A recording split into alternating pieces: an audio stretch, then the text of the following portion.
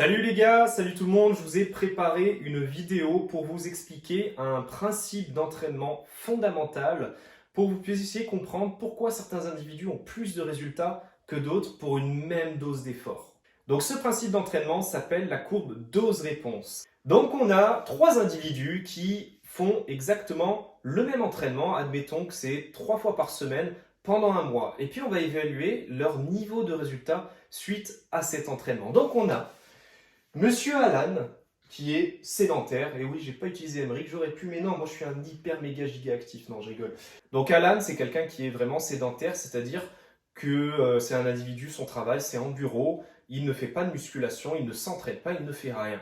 Ensuite, on a Bernard, lui, qui est modérément actif. Donc voilà, il s'entraîne 2 fois par semaine, il va à la natation, et puis disons qu'il fait du basket avec ses amis. Voilà, 2 entraînements par semaine d'1 heure. Puis son métier, c'est aussi un métier de bureau, mais il marche un petit peu plus dans sa journée. Voilà. Et c'est, disons, Caroline, tiens, pour mettre une fille, qui elle est super active, elle s'entraîne 5 fois par semaine et elle a un métier qui est plutôt actif, disons, allez, elle fait un métier de maçon, tiens, disons ça. Donc je vous ai dessiné un magnifique tableau pour vous résumer qu'est-ce qu'est une courbe dose-réponse. Donc elle est tracée en rouge. On a ici le niveau d'activité, donc on voit bien que Alan, Bernard et Caroline font, grossièrement à l'échelle, exactement le même niveau d'entraînement. Par contre, ici nous avons le niveau de résultat, et on voit que ils n'ont pas les mêmes résultats à la fin de leur mois d'entraînement. Alan, lui, pour son entraînement de 3 fois par semaine sur un mois, il a eu beaucoup plus de résultats que Bernard et Caroline. Caroline, elle, c'est vraiment, disons que c'est une athlète olympique là. C'est une fille qui travaille son 100 mètres ou son 400 mètres et elle s'est vraiment arrachée pour gagner un dixième de seconde. Alors qu'Alan, lui, ben vraiment, il est passé en mode gros débutant, gros sédentaire, à quelqu'un que voilà, il a commencé vraiment à perdre du gras, à gagner en masse musculaire, son niveau d'énergie a vraiment décuplé, il dort mieux, son humeur a vraiment changé, mais il a fait exactement le même entraînement, enfin la même dose d'effort à son échelle, c'est plutôt ça que je veux dire, que Caroline, qui elle a juste gagné un dixième de seconde sur son 400 mètres. C'est tout.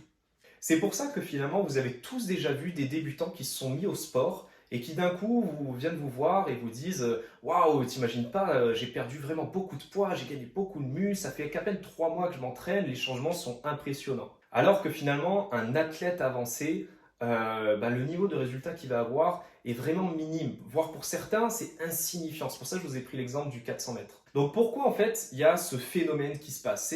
En fait, c'est simple, c'est que votre corps s'adapte au challenge que vous lui donnez. Et ce qui se passe, c'est que pour Alan, peut-être monter des escaliers au lieu de prendre l'ascenseur, c'est déjà un effort, ok? C'est déjà un challenge et son corps va s'adapter si pendant un mois il s'amuse à tout le temps prendre les escaliers pour monter 3 étages au lieu de prendre l'ascenseur.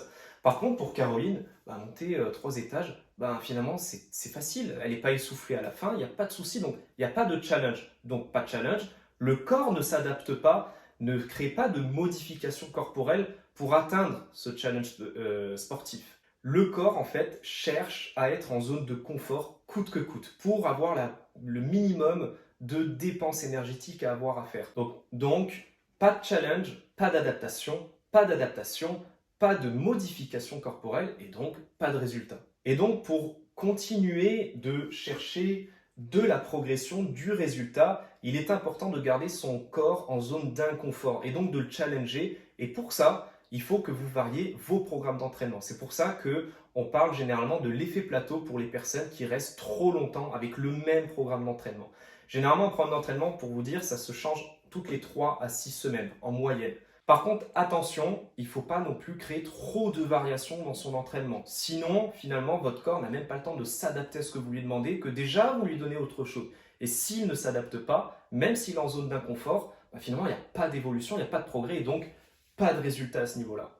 Pour varier un entraînement, généralement, les ingrédients qu'on va plutôt faire bouger, c'est plus les méthodes d'entraînement que de changer les exercices. Les exercices, honnêtement, c'est pas hyper pertinent de tout le temps les changer. Au contraire, de conserver un exercice sur tous les exercices classiques en musculation, squat, bench press, développé couché, développé épaule, etc. Ce sont des exercices qu'on doit tout le temps retrouver dans vos programmes d'entraînement.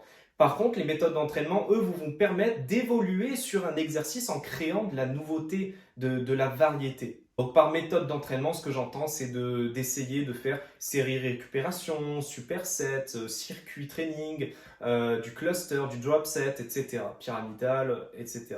Et c'est pour ça finalement qu'un débutant pourra avoir un résultat positif avec pratiquement n'importe quel programme d'entraînement, n'importe quelle activité physique et automatiquement un challenge parce qu'il est sédentaire.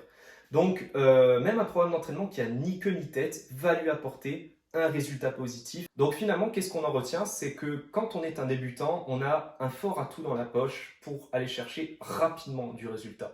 Par contre, ça ne veut pas dire que du coup, faut pas faire attention à ce qu'on fait parce que dans tous les cas, on aura du résultat. Non. Si jamais un débutant a une super belle programmation d'entraînement, un super beau plan alimentaire et qu'il optimise tous les bons ingrédients pour atteindre la recette parfaite, il va avancer largement plus vite que s'il est lâché à lui-même et qu'il essaie de faire un petit peu n'importe quoi. L'entraînement, c'est comme la cuisine. Si tu veux faire une super belle recette, mets-y directement les bons ingrédients et suis à la lettre le bon protocole. Et pour ça, soit tu t'instruis à travers des bouquins, de la science que tu peux retrouver aussi sur Internet ou en discutant avec des professionnels, soit directement engage un professionnel, ça ira beaucoup plus vite, tu vas gagner de nombreuses années en entraînement, crois-moi. Voilà, j'espère que ça vous a plu, on se retrouve sur une prochaine vidéo bientôt, et puis je vous souhaite une bonne journée. Ciao les gars!